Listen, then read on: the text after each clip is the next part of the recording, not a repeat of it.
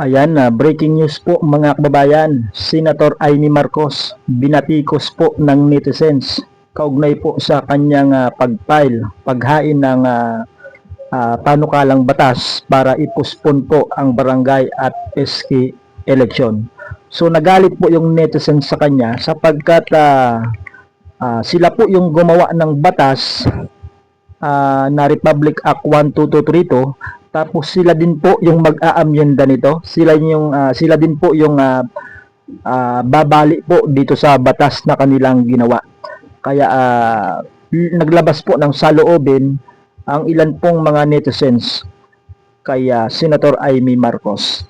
Ito po, post ng Philippine Morning 19 hours ago. Ito po yung kanila pong balita mga kababayan.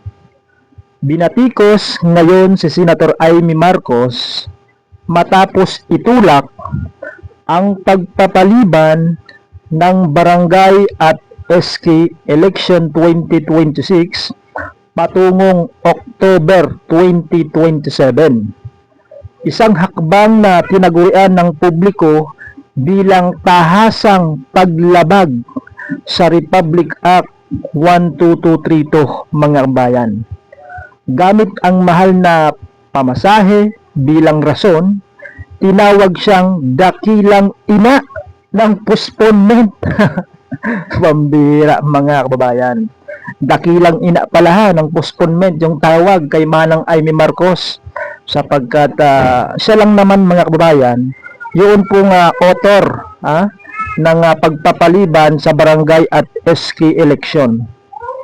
Kahit nung nakarang taon pa mga bayan, siya din po si Senator Amy Marcos ang author po ng pagpapaliban sa 2025 BSKE ng December mga babayan.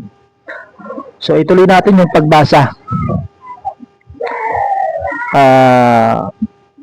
Gamit ang mahal na pamasahe bilang rason, tinawag siyang dakilang ina ng postponement ng mga netizens na naniniwalang palusot. Palusot lang ito para bigyan ng hindi nararapat na term extension ang mga korap na opisyal ng barangay. Giit ng netizens, hindi dapat gawing dahilan ang krisis para pigilin ang karapatan ng taong bayan na pumili ng bagong liderato. Nalagdagan pa sa galit ng publiko ang pagsang-ayon niya sa yung pagsang-ayon po ni Senator Amy Marcos na huwag tanggalhan ng sweldo itong si Senator Bato de la Rosa. Talagang nagalit po yung taong bayan mga bayan dito po kay Senator Amy Marcos. May bagong bansag na pala mga kabayan. Binansagan ng mga netizens itong si Senator Amy Marcos bilang dakilang ina ng postponement. Pambihira. At ang tawag ng iba ay postponement queen, si Senator Amy Marcos. So ngayon po ay basahin po natin ito pong mga komento ng mga mamamayan o ng taong bayan, mga netizens, kaugnay po ng balitang yan mga bayan na pagbatikos kay Senator Amy Marcos.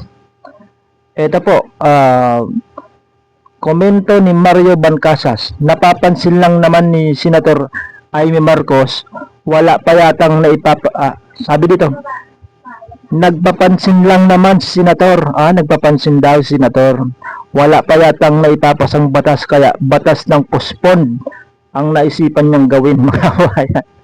Ang bira. Oo nga naman puro postponement lang ng barangay at SK election yung na naipapasa ni Senator Amy Marcos na batas.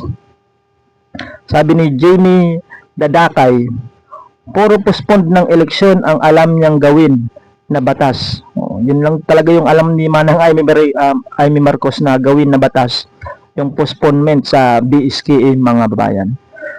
So kasi kahapon nung ano pa ito nung Abril 22 pa pala, naghain ng panukalang pagpapaliban sa barangay at SK election itong si Senator Amy Marcos na yung nakapaloob po doon sa panukalang batas na yun mga bayan, ay inaamyendahan po niya yun pong umiiral na batas ngayon na Republic Act 12232.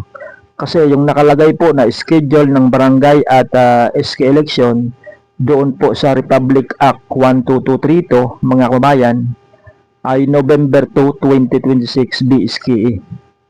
So ngayon ay inaamyendahan po yun ni Senator Amy Marcos. Ginagawa niyang first Monday of October 2027. Yan po ay papatak na pitsa 4 siguro. October 4, 2027 yung first Monday ng October sa 2027 mga bayan. So, ibig sabihin mga bayan ay gusto ni Manang Amy Marcos na iraos yung barangay at SK election sa October 4, 2027. So, ibig sabihin mga bayan ay mai-extend na naman yun pong panunungkulan ng mga kasalukuyang nakaupo ng mga incumbent barangay officials. So, pagka ganun mga bayan ay hindi naman po sila hindi na po sila elected, kundi sila po ay appointed by the Congress mga bayan. So ituloy natin yung pagbasa. Sabi ni Joey Ugay Hingo, hindi naman yan manalo ngayong 2028. Walang crisis. Ituloy ang BSKE. Kahit sino walang makakapigil. Sabi ni Joey Ugay Hingo. Elizabeth Pitarge, sana ituloy na ang eleksyon. Puro na lang postponement ang nasa isip nila. Eduardo Palma Hilpal, after election na lang yan 2028 para maiba. Gusto niya siguro ditong nag-comment na after 2028 election daw. Ibig sabihin mga kababayan, ang gusto niya ay sa 2029 gawin yung BSK. So napakahaba naman ang panunungkulan ng mga barangay officials pagka ganun mga kababayan yung nangyari pagka 2029. So, abangan po natin sa mga susunod na araw kasi plano din maghain ng House Bill ito pong mga congressman. Ito pong si Albi Benitez mga bayan ay plano daw pong maghain ng House Bill o panukalang batas para i-postpone din po ang barangay at SK election ng 6 na buwan. So magkaiba po yung version ni Manang Amy Marcos at yung version po ng Kongreso o ni Albi Benitez kasi 6 na buwan lang yung gustong idagdag mga bayan o i-reset 6 na buwan yung postponement. So papatak po pagka 6 na buwan, magbibilang ka po from November hanggang 6 na buwan. So papatak po yan mga Mayo 2027. So magkaiba talaga yung version ng Kongreso at ng Senado. Sa Kongreso ay Mayo 2027 yung BSKE. Sa Senado naman po ay October 2027. So magkakaroon pa po yan ng bicameral conference para pag-usapan, para ma-finalize yung talagang schedule ng barangay at sangguniang kabataan election pagka talagang pumasa o talagang pagka gumawa na ng panukalang batas din yung mga congressman mga bayan at kailangan niya ma-ratified sa Senado. So abangan na lang po natin mga bayan kung ano po yung kahihinatnan, kung matutuloy ba o hindi itong November 2 barangay at SK election.